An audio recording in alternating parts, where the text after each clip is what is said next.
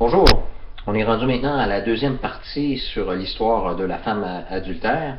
Et dans la première partie, comme on a vu, on a regardé le premier détail qui était important, que le doigt de Jésus et le doigt de Dieu, c'est le même doigt. Et c'est ce doigt-là qui a écrit sur les deux tables de pierre les 10 commandements. Alors, c'était une leçon pratique pour les pharisiens de démontrer que le Seigneur connaissait exactement ce péché avec lequel on l'exposait au travers de l'adultère, pas qu'on l'exposait lui, mais qui porte son verdict, ça n'allait pas en contradiction avec la loi de Moïse. Et là, maintenant, à cause qu'il leur envoie un message clair, silencieusement, mais clair au travers de son doigt, on va voir que Jésus va continuer d'appliquer la loi jusqu'au bout. Et dans Jean 8,7 dit, comme les pharisiens continuaient à l'interroger, il se releva et leur dit, que celui de vous qui est sans péché jette le premier la pierre contre elle. Car quand quelqu'un était accusé d'adultère, on devait le lapider, c'était la peine de mort. Jésus connaît la procédure divine parfaitement. C'est pourquoi qu'il se permet de dire cette parole de jeter la pierre. Mais on voit ici que le Seigneur, là, il est prudent comme un serpent et simple comme une colombe. Il est doux, il ne bouscule pas personne là, présentement. Mais il joue sur une ligne très fine, même dangereuse, qu'après avoir dit ça, il aurait pu avoir un jeune fringant qui aurait pris des pierres, commencé à lapider et que là, ça aurait déboulé, que ça aurait une perte de contrôle.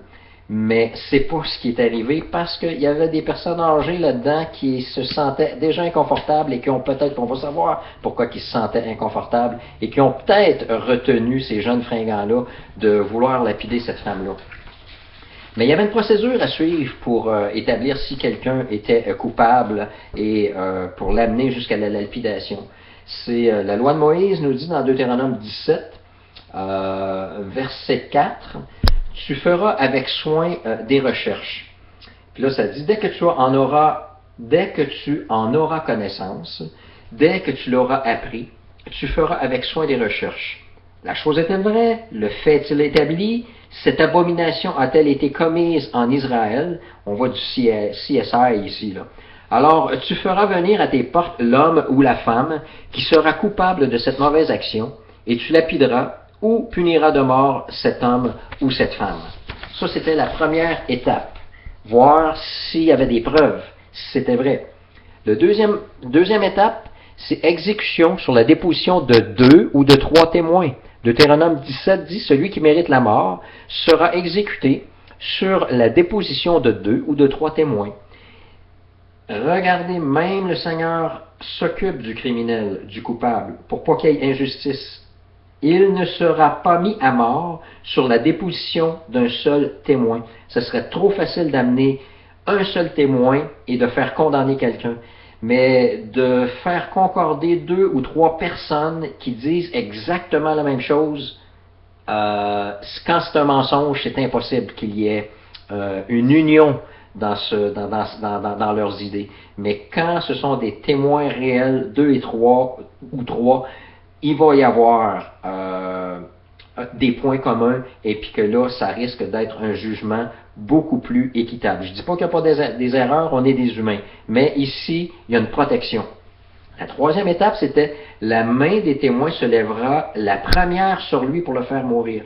Alors, si les témoins doivent lever la première, doivent lever leur main la première sur ce coupable-là, d'après vous, le raisonnement logique, il ne devrait pas être coupable du même péché, n'est-ce pas? Alors, c'est pour ça que le Seigneur a dit que celui qui est sans péché jette le premier cette pierre-là.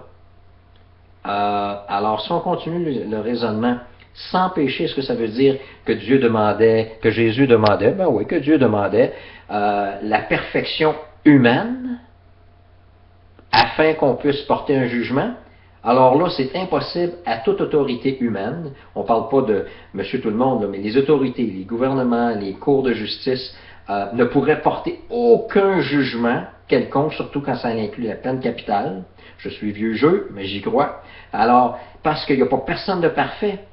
Ce que le Seigneur demandait ici et faisait ressortir, si vous n'êtes pas coupable du même péché d'adultère que cette femme-là, que les premiers prennent la pierre et lui lancent. Ça, c'était la troisième étape, de ne pas être coupable du même péché que le criminel.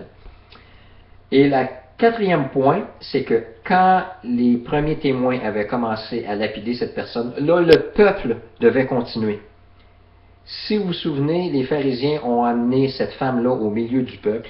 Ils veulent la condamner publiquement, ils veulent la lapider, et le peuple se serait joint aussi à ça. Mais là,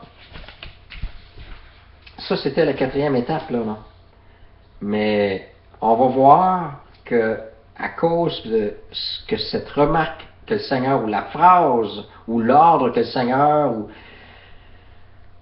ce que le Seigneur a dit, c'est que quand les pharisiens entendirent cela, accusés par leur conscience, ils se retirèrent un à un. D'après vous, accusés par leur conscience, pourquoi qu'ils se sont retirés un à un?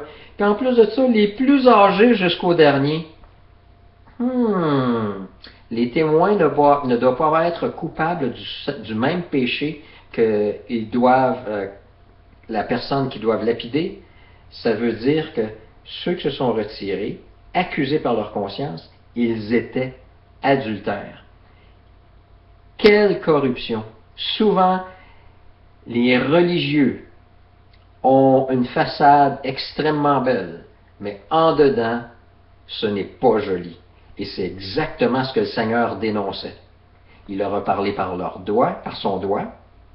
Il leur a parlé en s'adressant à leur conscience par rapport « Est-ce que vous êtes purs de ce péché-là? » Et les gars ont été obligés de réaliser dans d'eux-mêmes « On est honteux, les gars.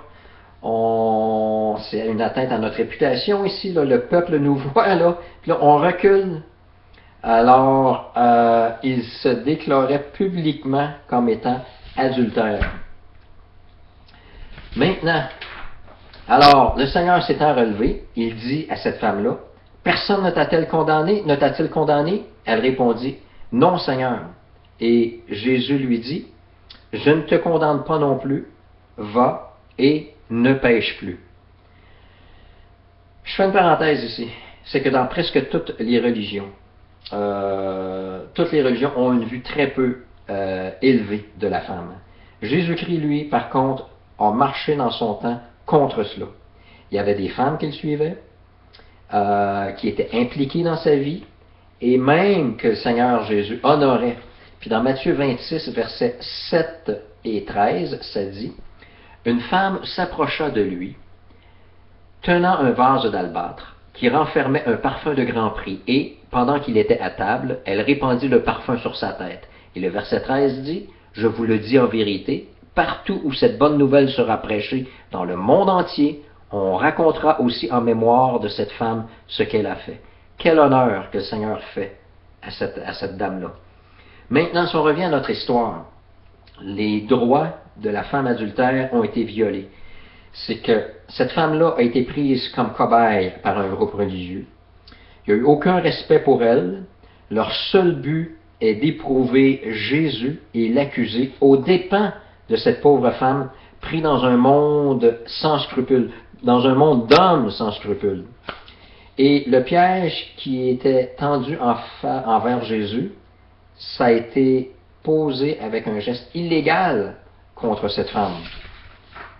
Mais malgré tout, Jésus honore cette femme publiquement en la protégeant d'hommes corrompus, tout en respectant les ordonnances de la loi de Moïse. Puis on va voir pourquoi. C'est qu'on voit que la grâce de Jésus a été manifestée envers cette femme-là. De un, il lui sauve la vie d'une mort violente.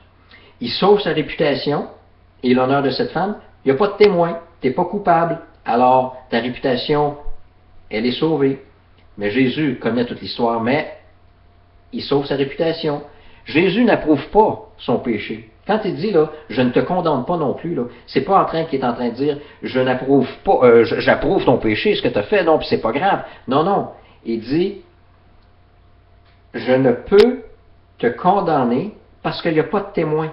Si je te condamne, je marche contre la loi de Moïse parce que moi-même, je n'ai pas de témoin pour appuyer qu'on t'accuse d'adultère. Alors, je n'approuve pas, mais je ne peux pas te condamner. Et Jésus lui dit par contre, va et ne pêche plus. Ce qu'il lui dit, en fin de compte, va et ne sois plus adultère. Mais même si elle est pardonnée de Jésus, oublions pas une chose, c'est que les peines de cette femme ne sont pas terminées, car elle doit retourner chez elle, retrouver son mari. Il y a des conséquences que le Seigneur ne retient pas dans nos vies parce que c'est comme une suite logique. On est pardonné, mais il peut y avoir certaines conséquences et c'est de là de vouloir obéir de plus en plus tout le temps en face du Seigneur pour ne pas se mettre les pieds dans les plats. Et personnellement, je crois que cette femme s'est convertie et est devenue un disciple. Et dernièrement, le point final de cette deuxième partie, Jésus en sort grandi en face de la foule et non discrédité. Jésus connaît parfaitement le contenu de la loi car il en est l'auteur, le doigt de Dieu, le doigt de Jésus. Jésus est omniscient, il voyait l'adultère dans la vie des pharisiens. Et par le fait même, il est en train de leur dire, je suis le Messie que Israël attend et Jésus est Dieu. Jésus est Dieu. Merci beaucoup. Bonne journée.